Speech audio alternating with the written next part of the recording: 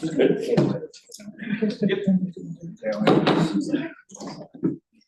Hey, welcome everyone. Committee meetings for Wednesday, December 6th. Start off. Open up health services committee meeting at 6 o'clock. Before we get into any of the proposed items, we have Jason Fredenberg who would like to come and say a few words. Jason?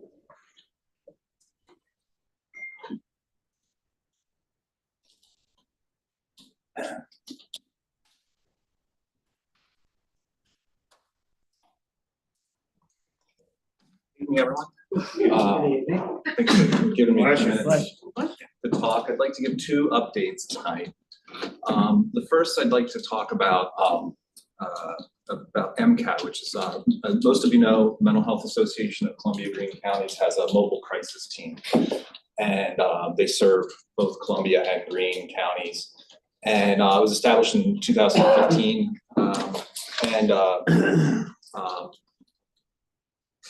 they've served a really important purpose in the county, working with first responders, working with us, addressing all kinds of mental health crises within the community. The fact that they were mobile is really what was most valuable to them. They also handle calls by telephone, but it's the mobile part that's really quite valuable. So when the pandemic came around, it really impacted their ability to be mobile for various reasons. And then, of course, when staffing problems hit them like everyone else, it's also limited their ability to be mobile. They originally started the program as an 8-hour program, open from 11 a.m. to 7 p.m., 7 days per week. Over the years, with some additional funding, they were able to expand those hours up to 14 hours per day. In the last year or two, they've actually had to reduce that a little bit to 12 hours. And they've really had a hard time, actually over the last few years, they've had a hard time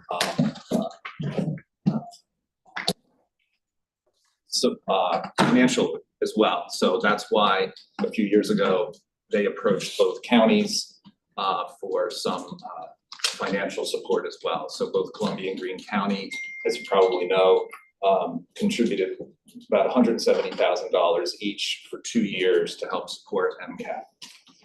You might have noticed that in next year's budget, there is not money for MCAT set aside. And that's for a few reasons. One is that they've also gone through a number of changes with their executive director and then some other leadership and administrative positions in their organization as well. They seem to be on good standing, good track now, but we've done a lot of work. Amanda Lyons, who's here with me tonight, has done a lot of work with them, especially to help them increase their billing for services as well. Each year that the county supported them, the amount that they were able to bill for services, we did reduce the amount that the county contributed as well by the amount that they billed for Greene County residents.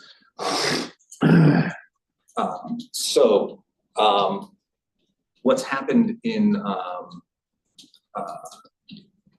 especially over the last year or so, is that they've been so short-staffed that their ability to attract new staff and to go out and be mobile has been hindered. So as we've been working with them, they determined that they actually have enough surplus funds from mostly being short-staffed for so long that they actually they have enough to carry them through 2024.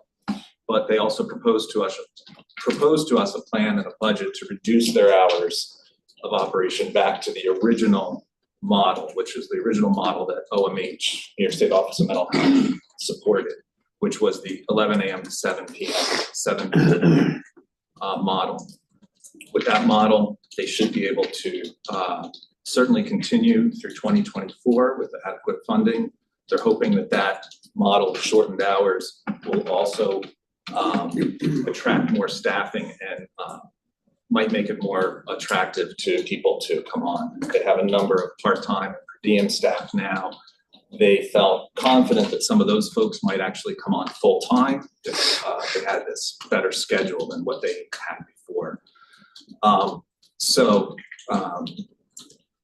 my watch keeps vibrating, and I don't know if people are texting me notes that I need to know. Okay, so things I need to tell you guys.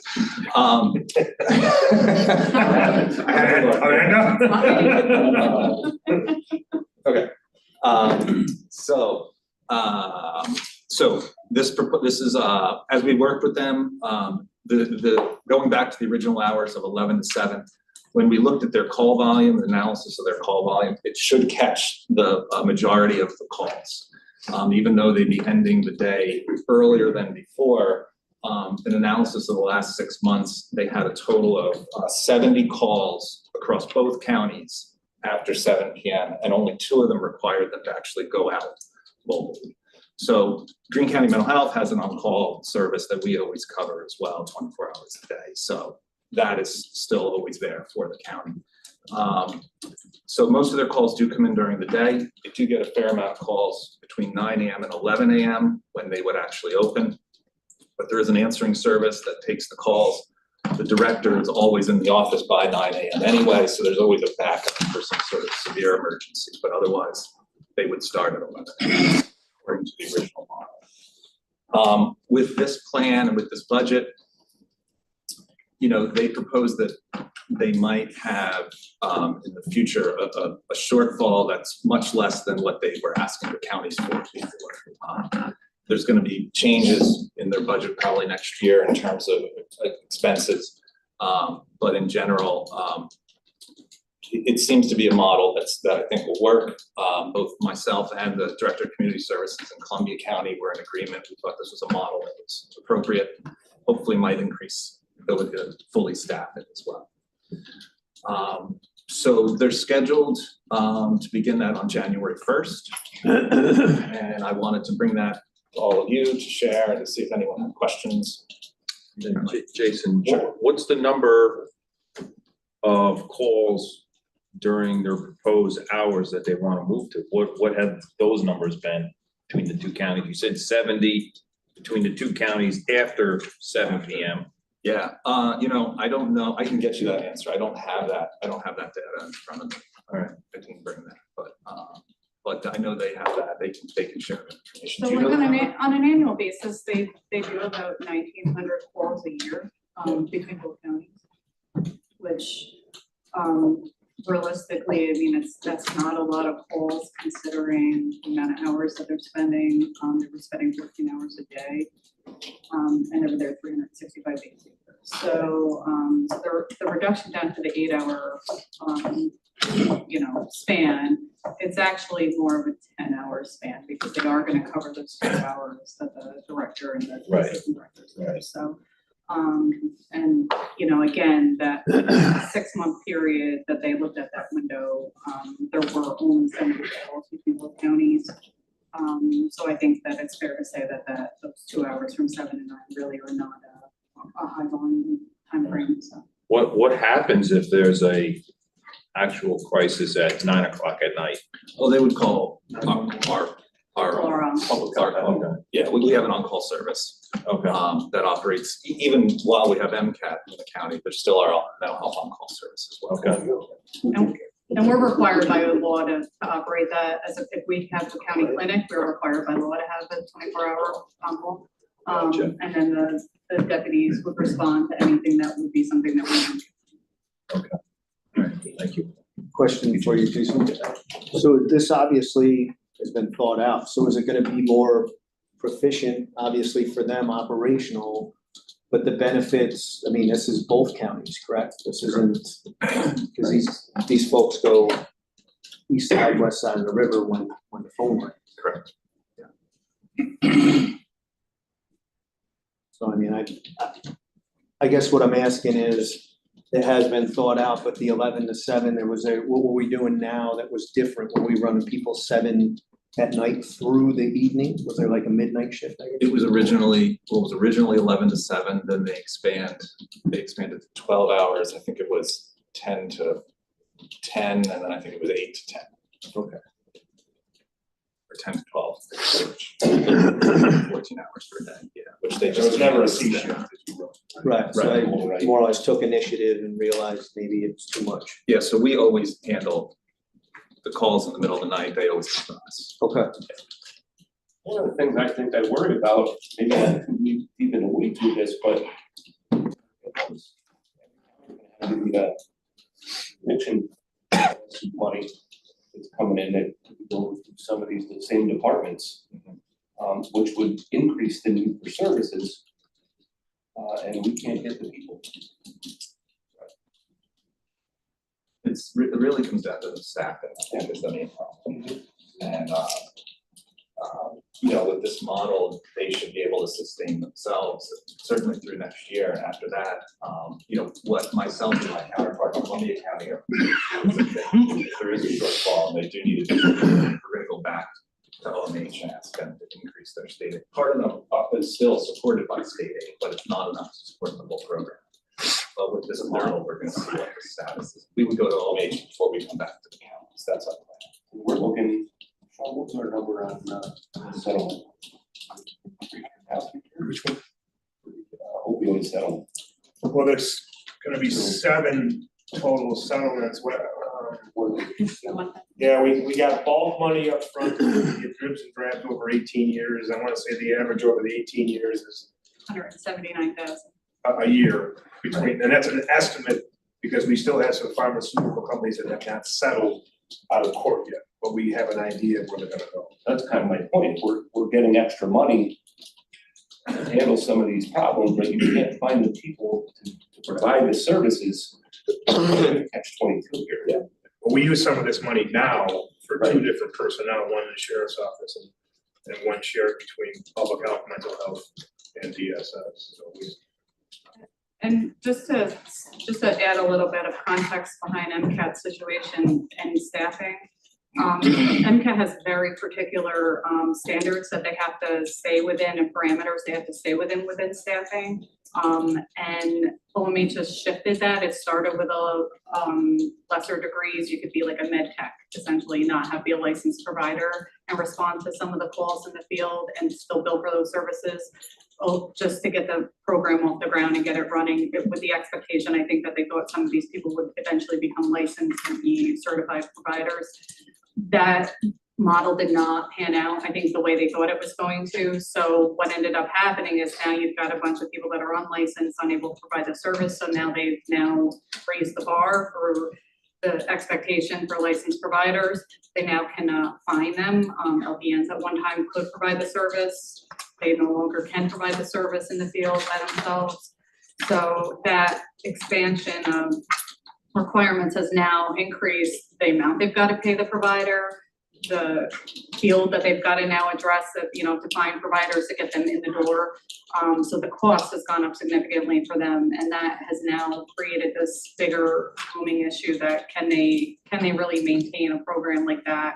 You know, finding somebody that can, you know, that's a social worker that can work from home on the other end of a phone, and then asking them to come work a mobile line and have to respond to things in the field and work night shift hours. I mean, it's just not something that they're really finding people that do that. So it's becoming difficult for them to solicit people. At any price. I mean, anyone, but I mean, and not have to pay outrageous amounts of money to get them in the door. So I mean, that's where they're at. Which is a nice segue into Yeah. Jason's second item tonight. Exactly. So there you go. So speaking of staffing, we were short-staffed for a while. We enjoyed several months of actually being fully staffed for a few months. It was really nice, but we were once again short-staffed again. And we were down one adult therapist, a child therapist, and someone else just relocated out of the country last month, so we lost them as well. On the adult side as well. We also have ability to hire for another prescriber, another psychiatrist, nurse practitioner if we could find one. We're not getting any applicants, and the demand for our services is really very heavy right now. So we're at a point where we've got, you know, 10 people that are waiting, that have had their intake and are waiting to be assigned. We have 63 people that have completed all their initial paperwork and are waiting for their first intake appointment. 50 of those are adults, 13 are children. And we have 40 clients that need to be transferred from this person who just left. So we are really maxed out. We're required by our regulation to see all hospital discharges, anyone that's discharged from a hospital or rehab, we have to see within 5 business days. We have to take those clients right on as well. So they're not people that can go on a waiting list.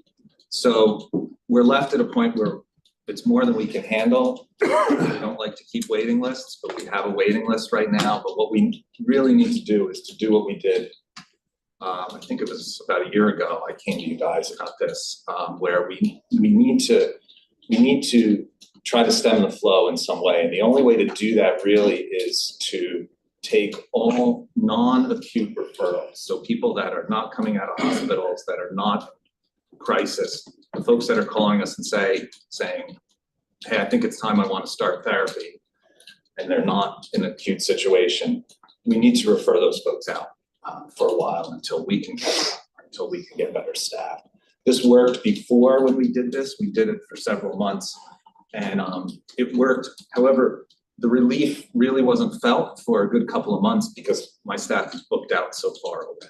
So just with these folks, this little short list that I mentioned of people that are waiting to be assigned, we're going to be booking them out until about March right now. We're still doing what we refer to as 5-day follow-ups for the hospital discharges. We're getting about 3 to 4 of them a week as well. So we have to continue to maintain that, and we have to continue to maintain any other high demand crisis clients. This wouldn't affect our services in the schools. School is kind of a different animal. In fact, each school is a different animal to itself. Those services will remain the same. And we would also continue to do our court orders and the 730 competency evaluations that we do. All of that would remain. It's really just the non-acute referrals that we have to refer out for the time being. Just more than we can handle for our staff. Who are the agencies that you would refer them out to?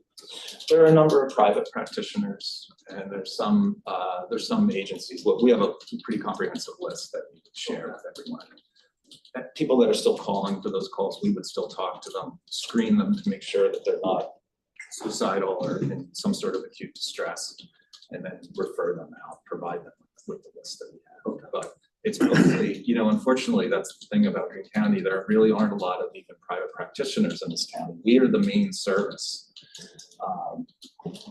for this county, which incidentally is one of the reasons I love this clinic, and I love to train people at our clinic. We've trained social workers and psychologists over the years, and it's just an excellent place to work because of what we see here and what we work with. So a lot of the providers there are some in Greene, but most are in surrounding counties. Is this something that is spread out through other counties also having an issue, or are we not offering competitive wages? And what do you think is?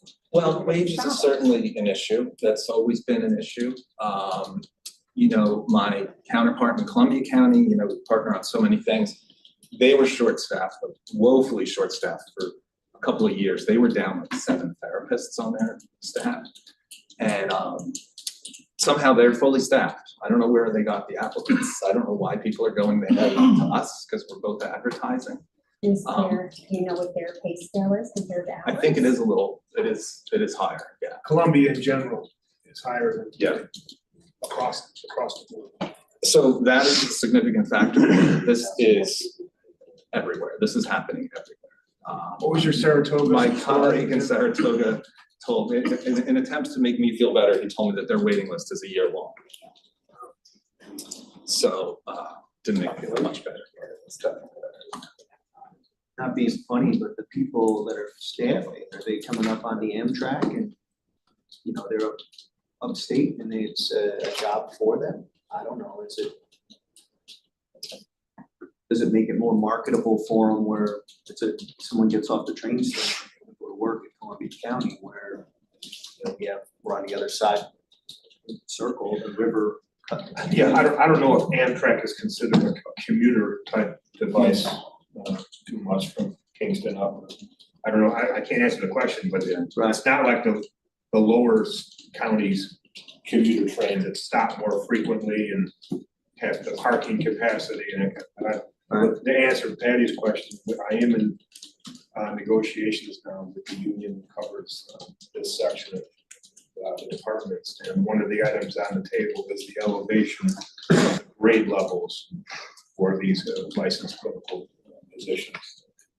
To move up a step, if you will, to try to get more people, because we don't even, it's not like we're getting bad applicants, we're getting no applicants. Yeah. We did just hire a nurse who needed, which is good, but she's not providing therapy. So and we're moving some other, because of this, we're also moving some other, shifting some responsibilities and roles around internally, but we're doing what we can. It's just really it's the therapists and the therapy clients that are being affected by this. And in this field, it's managing burnout is also really important because it's not easy work. A lot of people think it's easy to sit in a room and therapists must have an easy job to listen to problems all day. It's actually extremely stressful and extremely draining. So we have to manage that as well. And I know my staff, I think, really benefited from and was appreciative of the fact that we were able to back off a little bit last year when we did this. Hoping that, I think that brought some, maybe some loyalty from the staff.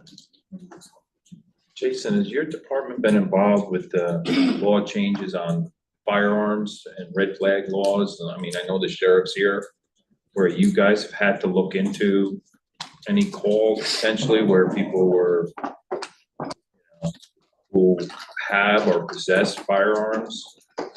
We have not been involved in having to look into it or investigate it or getting involved in that part of it. I'm aware of some people when I attend the monthly threat assessment team meeting, I hear about those red flags, now for many years, since the SAFE Act was enacted, the Director of Community Services in every county has to acknowledge and sign off on anyone that's reported to the state for the SAFE Act. So anyone that's reported for being a danger to themselves or others and might have possession of firearms, those things come through all of the DCS. It's myself. So where did that get referred from? The Sheriff's Department? I sign into a state system and I check the boxes and then it goes to the state and I think it makes its way back to you. Oh, it makes sense. Yeah. You have to do the report. You have to report it. They have to put the data in. Whoever evaluates, it's all 99% of the time it's the hospital, CMH puts it in. They're usually seeing people in their ER. Goes into the state system, and then I have to sign on every couple of days and review anyone that's in the system, and then check whether or not it goes to the state. You don't have to evaluate that person yourself. No, which is one of the things that's very uncomfortable about that law. Yeah. A lot of it is if they've been committed or even if they went in for an OMH mental health, that facility reports that information in person into a database. Basically your NICS hits. Yep. If you're gonna see if they pop up and then it comes. He's gonna look at the Greene County residents. But Correct. never having actually spoken or interviewed them. You have to sign off on it. Thank you, Jason. Any other questions? Thank you all. Thank you for your support to this. Appreciate it. Thank you. Thanks, Jason.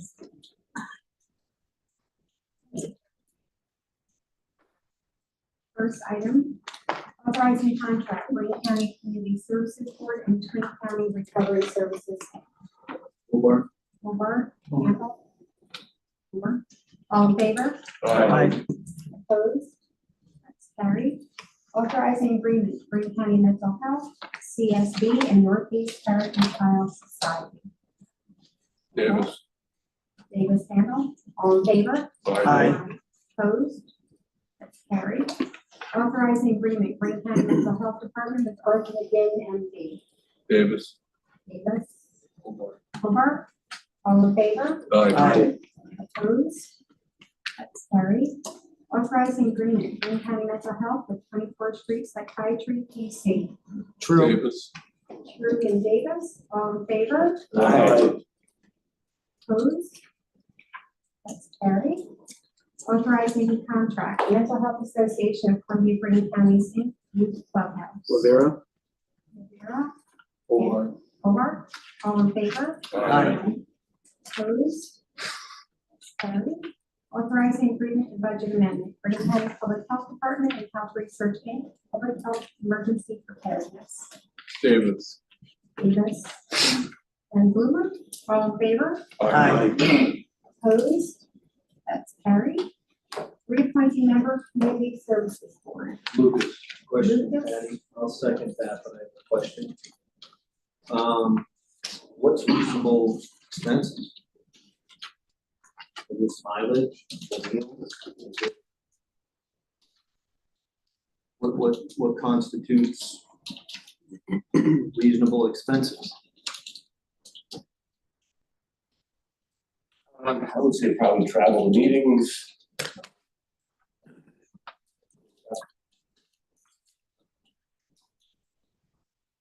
There's no definitive. In order for them to do that job, the things that would be required for them to do that job. Travel, like the Nebraska for a meeting or something like that. Jason? No one has ever requested reimbursement. I just guess, I'm looking at AP right here now, we can't think of anything that's been submitted, Yeah. mileage, I could find mileage. Potential office supplies, which we have not. We can't even remember the AP. Maybe if there was like a specialty training for CSB members, but I can't even think we've ever done that in 12 years. So. But nothing that in terms of life stipends or. Alright. And they do have to submit voucher for something. They do, yes, yes. Correct. Can I go through AP? That was Lucas and Hobart, all in favor? Aye. Opposed? That is carried. Reappointing member, Greene County Emergency Medical Systems Inc., EMS, Board of Directors. Lennon. Lennon, Handle, Hobart. All in favor? Aye. Opposed? Same. Nobody's opposed, please abstain. Establish capital project number 146, EMS study and award proposal for comprehensive system review, the emergency medical system, EMS, medical transportation program. Binder. Lennon. Lucas, Simon, Handel, True. Drew. Committee at large, is that safe to say? So all in favor? Aye. Any opposed? That's carried. Budget amendment, Mental Health Association contract, New York State Office of Mental Health. Lennon. Lennon, Handel, all in favor? Aye. Opposed? That is carried. Is there anything else coming for health services this evening? Well, Chairwoman Handle, Yes. just one question. One is a compliment. I like how these budget summaries have been done for these resolutions, where it shows the state funds and then the county funds. Just an idea of how much, the county's contributing to all these different organizations or these contracts. But on one particular note, the youth clubhouse, it's fully funded at the state level. We as a county, are we required to make sure that the money is being well spent, even though it may be state money? Yes, part of it. So that's part of our responsibility as a county, to make sure that these funds, they're actually doing things and whatever they say they're gonna be doing. Correct, that's my responsibility. Okay. Yes. Okay, all right, okay, thank you. That's what the detailed description in our new contracts now lays out what each program's expectation is. They've been a little benign in the years, and we've had some issues, not necessarily issues, but just a little too much vagueness on expectations. So now going forward, the contracts will be definitely more like they look tonight, where they're very clear cut. This is what the expectation is. We're gonna have monthly reporting that we're gonna require, so that way they can have up-to-date information on what their staffing looks like, because part of the issue that we had, like with MCAP, we didn't know about the staffing issue before we asked. So we want to know ahead of time. So what happens if you have to give something a negative review, if you wanna call it a negative review? Where you give that to the state, does the state just override maybe Well, we have the listing as a ability- concern? We have the ability to withhold state funding as well until they are compliant with the compliance with. Oh, okay. All right, And we are currently doing that. Yes. okay, all right. That's good to hear. Thank you. I needed a motion, I didn't have a motion. Roberto Mango to keep the close. We are adjourned.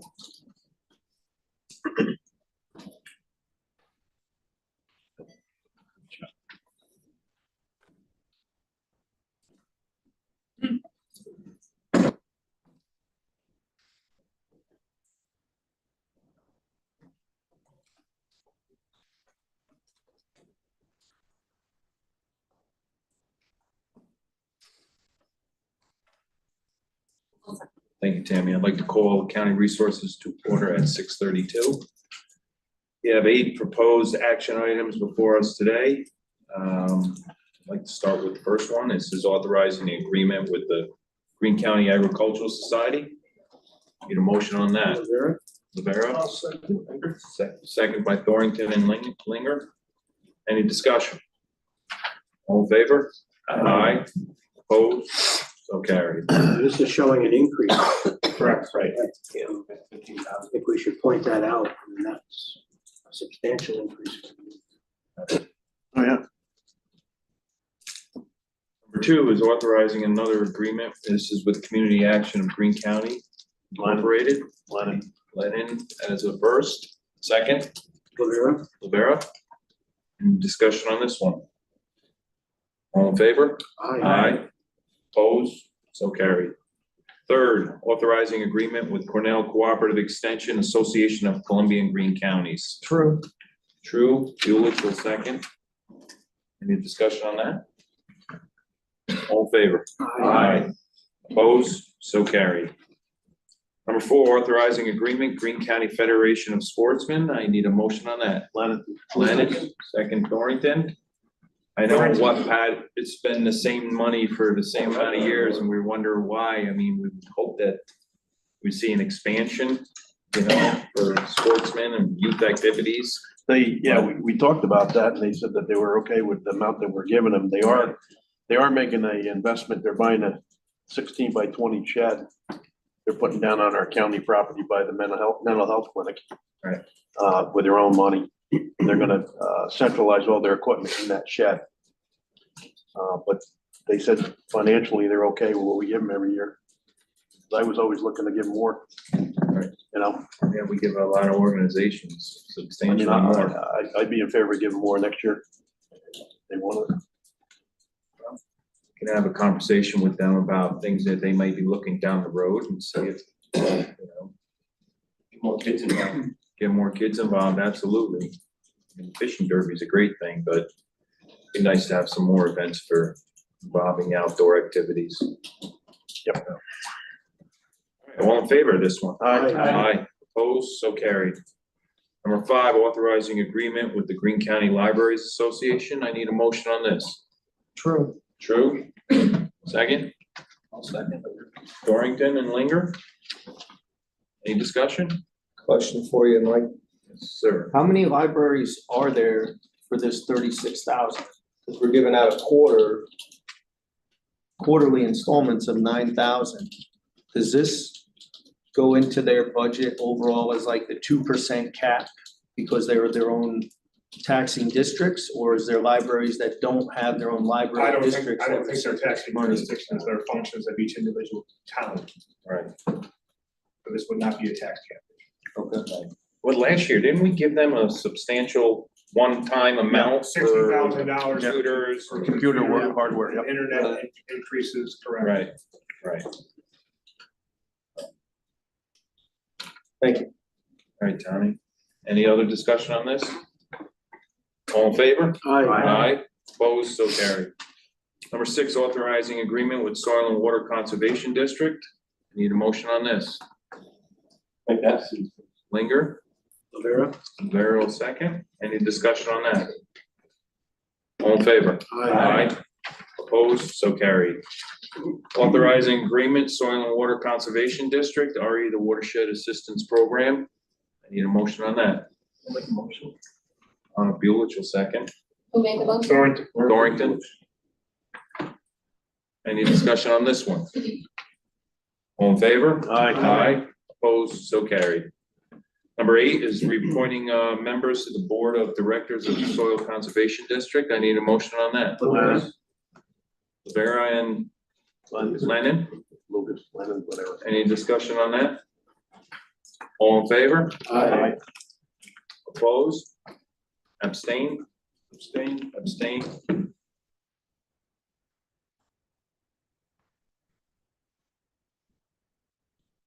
Anything else to come before County Resources? Motion to close. Motion to close. Lennon and Lucas. We're closed.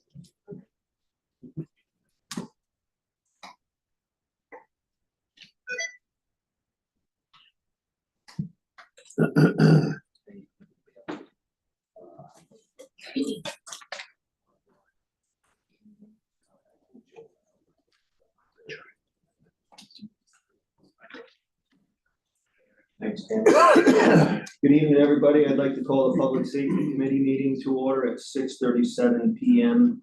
With us tonight, we have Sheriff Kuzminski.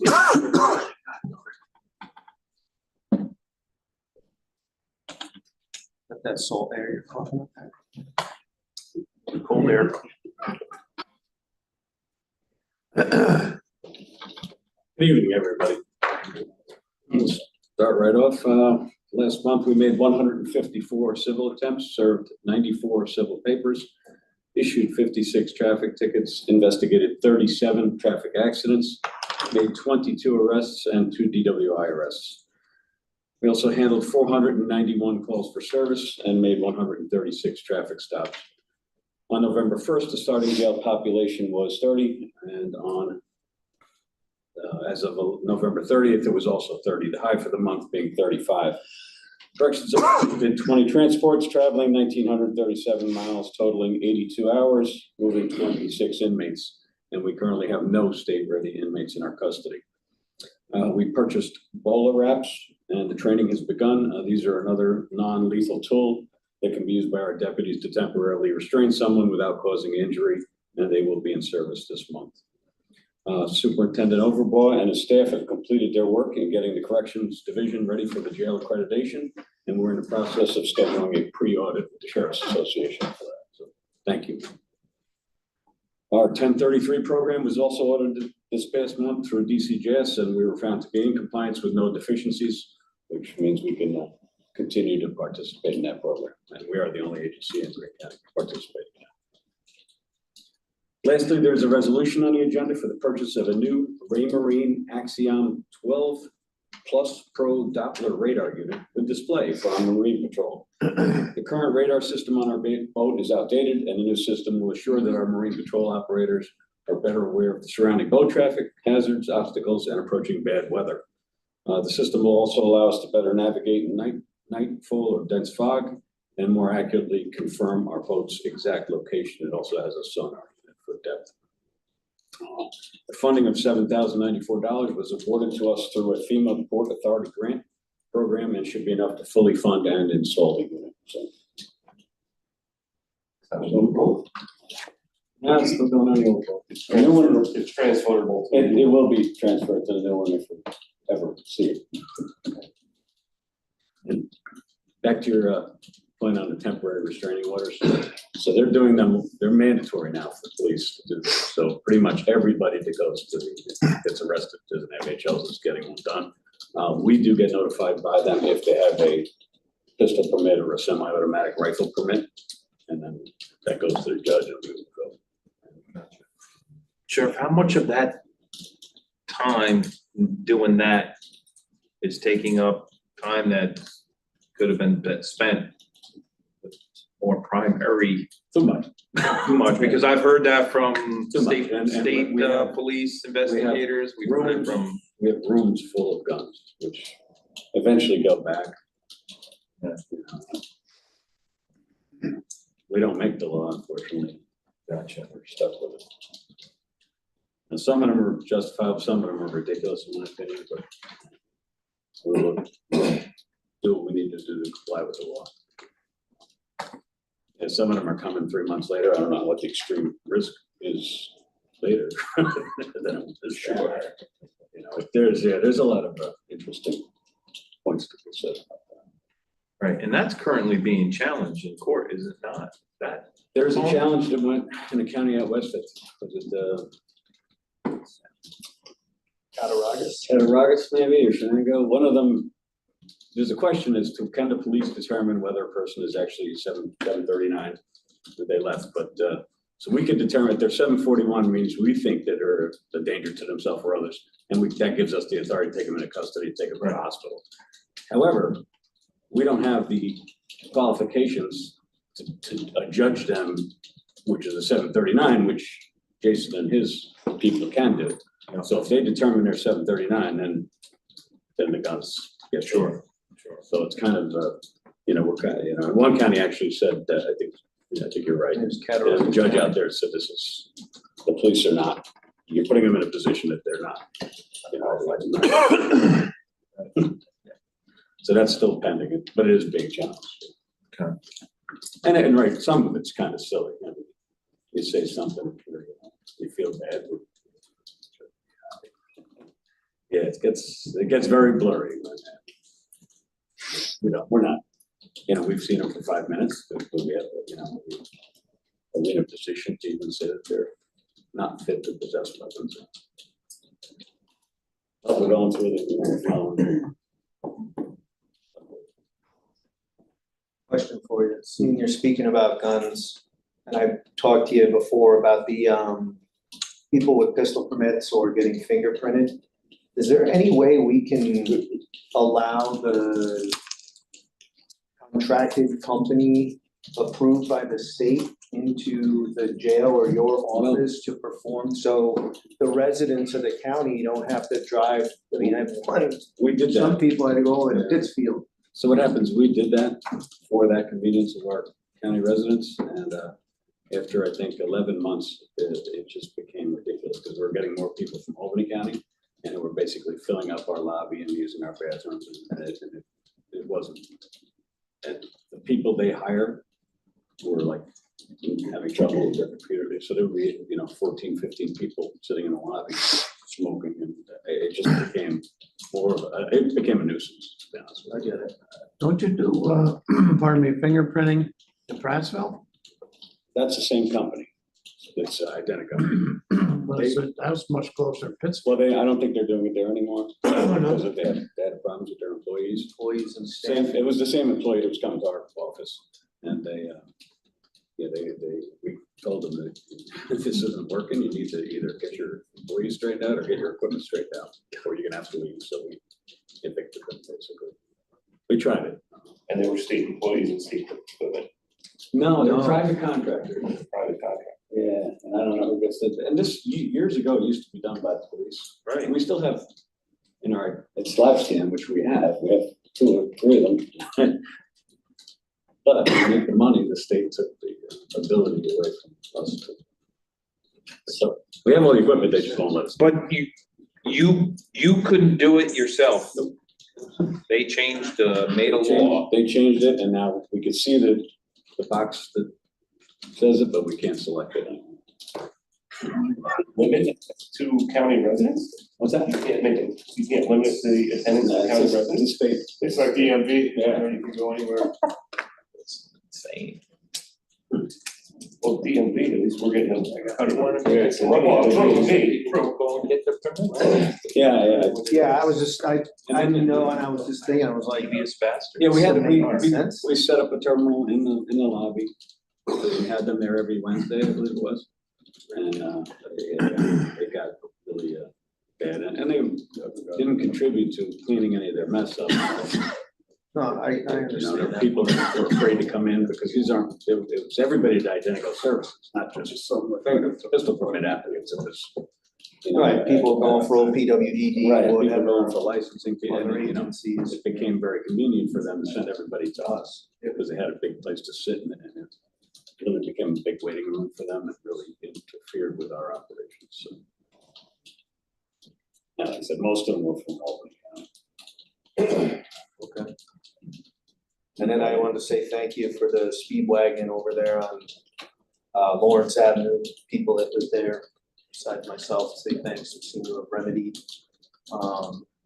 Yeah, some of them. some of the people that were speeding up through there.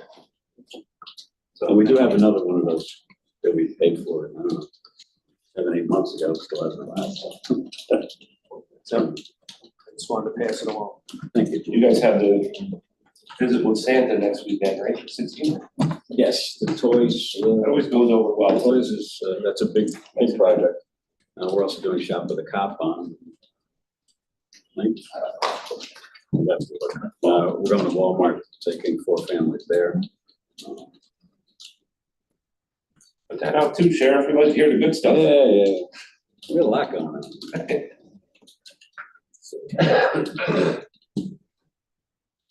Fun stuff. Oh, Great.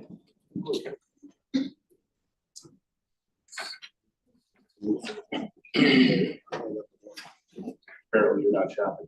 10th, hey, I'm going. Just that morning, I look at the calendar and I gotta be there. Yeah, 10 o'clock, December 16th is the toy giveaway at our office. And shop. Just have to schedule. Who's playing Sam? I don't know, Mike's gonna find somebody. Looks like the 11th is 6 o'clock at Walmart. Good stuff. Anything else to come to the sheriff? And from the 911 center, we have Dan King, deputy director here.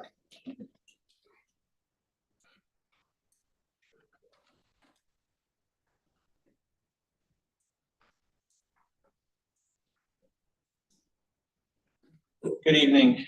So for the month of November, at the 911 center, there were 537 EMS responses, 171 fire responses, 1,062 police calls, and then 537 the unknown, the thing, public health, mental health, DSS calls, we take throughway calls, et cetera. Inbound phone calls, 911 and 911 and 7-digit admin calls, 3,567. There are 26 mutual aid EMS calls and 2 fire mutual aid calls. The county and the hazmat team had 1 response into Hudson, and the fire investigation team had 1 response to Cooksaki in November. Update on Lanesville. I know the question came up about radio coverage in Lanesville, which is always problematic. So 2 different aspects when we talk about radio coverage in Lanesville is the cell coverage versus emergency radio coverage, totally different frequency bands. The problem is the same no matter what we're talking about, it's the terrain, right? Lanesville's at the bottom of a deep gorge. We did do radio coverage mapping for that area. Actually, we redid the whole county, but we focused on Lanesville. And we plotted a theoretical tower. So if we were to put a tower in Lanesville, would this help VHF coverage for emergency responders? And what would this look like for cell coverage?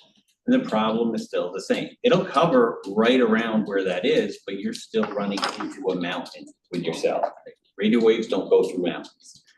So if we were to put a tower there and put equipment there, we would be able to cover 91 homes and businesses there, and that's it. It would not make those sharp turns. So we'd have to get up a tower up close to 1,000 feet. Don't think that'd be too popular. So, but we have looked at that. Now, I know that Lanesville Fire Department had made complaints about, we did determine that the problem were not on the county side, but on their side. Radio vendor went down, found that their base station antenna was bad. And the radio in their first truck was also bad. Both were replaced, both test fine, and the fire department has not had any communication issues with the 911 center since their equipment was repaired. Any questions on the radio stuff? Okay. Dan, I'm sorry. Yeah. I understood your analysis of a tower doesn't, I can use the term, light up 214. And I guess we're not gonna put in 20 towers along a, S-shaped, valley road. Is there any solution? Is there any improvement? Is there anything that can be done? And I know you mentioned before that a vehicle in one spot may have complete connectivity. They drive 40 feet and they go dark. Correct. But does that move? Is there a way for us to plot the blackout spots? We can plot them down to roughly a 25 by 25 foot grid. And that's exactly what we did with this last radio study. But, so we're looking at, so you gotta think of a 25 by 25 being a pixel. Right. Now, within that, though, we set what percentage coverage within that pixel. So when we did this analysis originally, back many years ago, when we were first designing the radio system, we went with a 90% coverage to the mobile level. Which means 90% within that, assuming you're using a mobile radio, so it's an antenna at roughly, I think, 4 or 5 feet in height. So a vehicle, a mobile meaning vehicle. Correct, as opposed to a portable or a pager, which are lower. So you're talking about an antenna up a little bit higher. So within that 25 by 25, the original mapping we did was at 90% level. The industry standard, however, is 95%, but there was no way we had the money to build out a system for the 95%. The mapping we did now shows the 95% level, so it shows us our holes better. But as Sean pointed out, that may simply mean that one radio right here may not be able to hear well. The radio right by the wall may hear perfectly fine. Okay? When we get into areas like Lanesville, Westkill, Spruceton, Prattsville, actually New Baltimore and 144 in almost Albany County, there's a spot in Leeds. We have these small little holes. We're working on solutions to fill them in.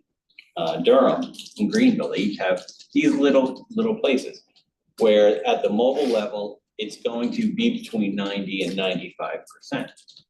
So, we know anecdotally some very specific spots, okay? 23 and Cartersville Road, right there is a dark spot. 32 and 81, under the traffic light, no radio communications, go in and out of there. Those are some of the very specific places we know. The others, when we talk about those other outlying areas, it varies. Dan, when you talk about cell coverage, like in an area like Lanesville, where you're traveling on a highway and it's dead, there's no type of coverage where they put things on the telephone poles as you go along? So there are, but that is done by the carriers. Okay. There's small cells, really. They usually do that in populated areas to pick things up. So in fact, on Main Street, right, the First Reformed Church actually has them, right? Okay. Cover some, all right. or I think for AT&T. But the carriers, so we've got 3 carriers that you'd have to get to do this, right? They're all on different frequency bands, they don't cross over. So you'd have to get those 3 carriers to put in these, they call small sites, small cells. And they don't have a long distance. When you're talking about like 214, it's a pretty long road. That would take a lot. Does the technology exist? Yes. Is it gonna be monetarily enticing for the carriers? I doubt it. That's just my opinion. I was asking from the standpoint of sheriff vehicles, and could our sheriff deputies know where the good spots, if you will, are, so that as they travel or they need to communicate, they know where to stop in order to maintain that 95% coverage. And what is the coverage for portable? Is it even lower? Yes, yeah. Okay, so you can't get out of your car, you're gonna lose all communication. No, with the terrain in Greene County, no one should rely on a portable ever hitting a tower, right? A portable is for on-scene communications or from you back to the car. Don't plan on that portable hitting a tower. If it happens, great, you're lucky. Yeah, I mean, the 9W quarter is better, but, you know, Deputies that are on those posts do know those spots. They- From. right. Over experience, they just know where to, Right. to be at Main and State, not at They Main know and they Clifton. can't go into the Yeah. trailer park. They're not there. Right. So Dan, I know like if you're out west, in western part of the country, in the mountainous areas, you'll have a lot of dead spots. But there'll be certain spots that they have labeled along the road, cell phone use area, service. You know, where you said in a pixel, it says, you know, we have service here, or you get some type of connection. Do we do that in those areas? Like, so riders or drivers on these roads say, in an emergency situation, hey, I know I gotta get up a mile on this road yet to be able to get cell service or something. Is that something Again, we would need to ask the provider. Well, I just didn't know if you've done the mapping or if the carriers do the mapping where you have a signal, you can get a signal. I'm sure the carriers do. And then it's just a sign there along the road, hey, or on this pull off, you know, or whatever. That'd be a conversation with the carrier. cell phone. Yeah, Okay. they do have detailed mapping, so you can see the rough, you know, on the public website. You know, you can look at any given area and it's pretty close. So Yeah. Lanesville, you do have some scattered AT&T coverage, but it's very scattered, right? Yeah. It's just the way that the one tower happens to propagate there. But neither T-Mobile or Sprint have anything that picks up anywhere in there. Again, same issue though over into Lexington, right? It's the same situation there. Gotcha. So, but that'd be a carrier issue. And they're not interested in 91 people. They're interested in 30,000. Right. Sure. Yeah, but I like the idea of the signage, you know, you drive on the thruway now, you see the texting stop coming up, you know. Up the Northway. It tells you where to text, or I like. Right, sir, going up the Northway You and. get that flat on tire, part. you say to yourself, oh, I saw a sign, you know, 200 yards back, I can walk back there and call for a tow truck. Maybe some kind of, doesn't sound too promising to get carriers to do anything in there. No, in those- they don't wanna spend the money. They don't wanna spend the money. Personnel, Yeah. I mean, AT&T has some coverage in there, but, for Lanesville, but. The others do not. They don't wanna Yeah, spend the they money. have absolutely nothing. And when I say some, it is very spotty. I think I'd be hesitant to post that another entity has service somewhere when we're not the ones providing that service. Well, you don't have to, I mean, I think to the point is simply, you know, well, actually, no, because if you have Verizon phone and I have a sign there that says cell service here and there's no cell service. Well, no, I'm thinking of it, you say AT&T, we have to say Yeah. AT&T hotspot, you know, something like that. I mean, it's not about promoting a carrier, it's about giving an option for someone that might have an emergency where they can actually be able to call emergency services or sheriff or, you know, whatever. I mean, that outweighs having to put a name on an area, whether it's Verizon, AT&T, or whoever.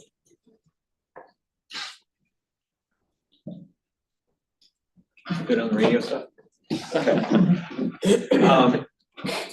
So I sent an email to everybody here on Monday, for March 14th, the seminar on the comprehensive emergency management plan and the evacuation plan. I think everyone is invited to that. It's an exercise technique. Most of the county departments that are involved in this will be participating. This is kind of where we present both those plans, the goals, answer questions, do some very light scenario talk through on how these are utilized. So the comprehensive emergency management plan is the overriding plan for how we manage any disaster, any major emergency in the county.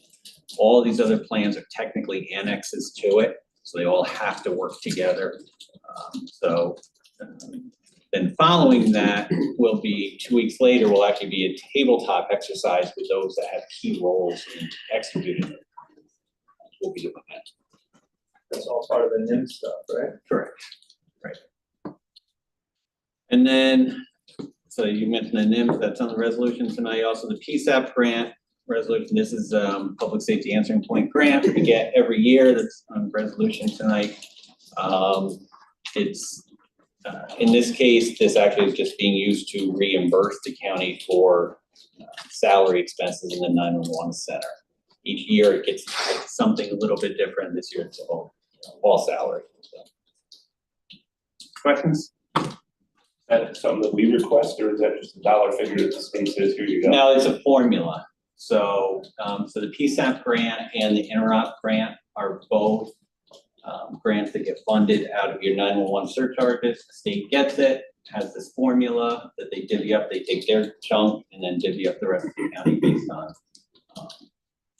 formula. It has to go with call volume. So we have to submit information about 911 calls, number of PSAPs, number of radios in the field. I mean, there's a whole lot of things. So now it goes in the master formula. Then the state decided they want to get out of that 911 surcharge. Well, they do, I don't remember, they keep a large percentage of it. I don't remember what it is, but it's a good chunk. Majority. Yeah.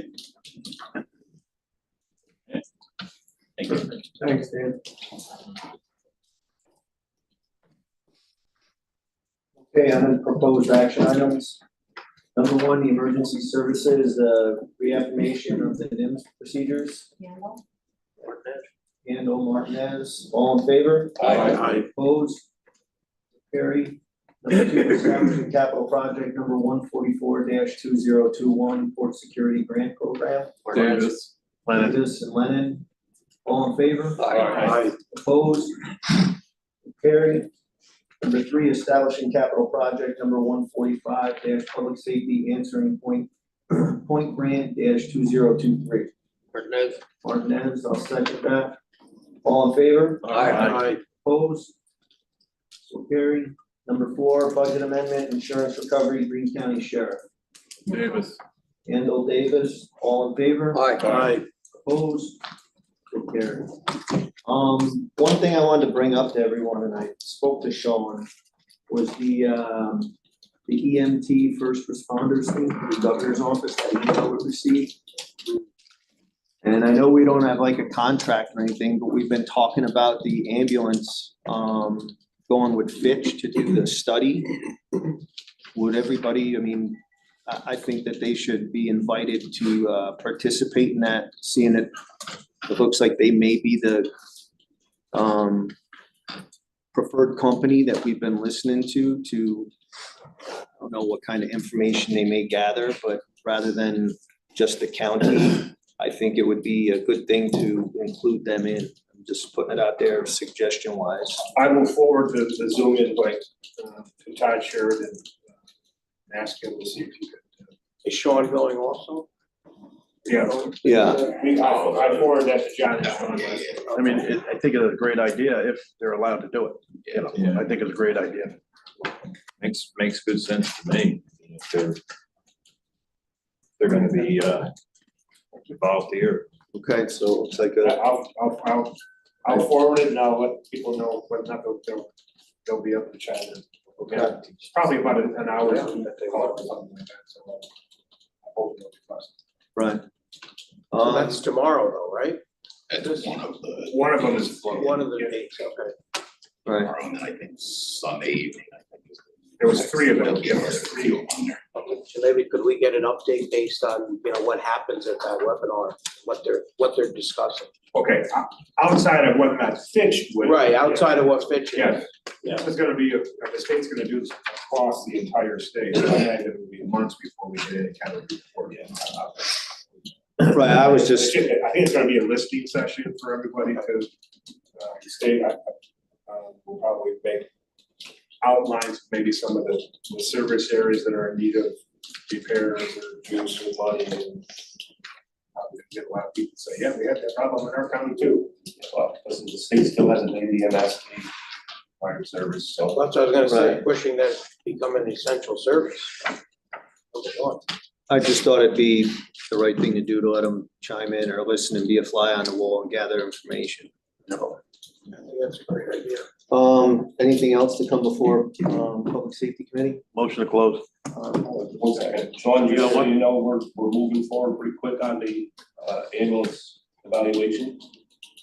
So stay tuned now, that's gonna be coming to you fairly quickly. And if you have any of your contacts that have not submitted the information, that just helps us. Yeah. So If you wanna shoot me an email, if you have any agencies that haven't submitted anything yet, I do, we can, try to get some pressure on that.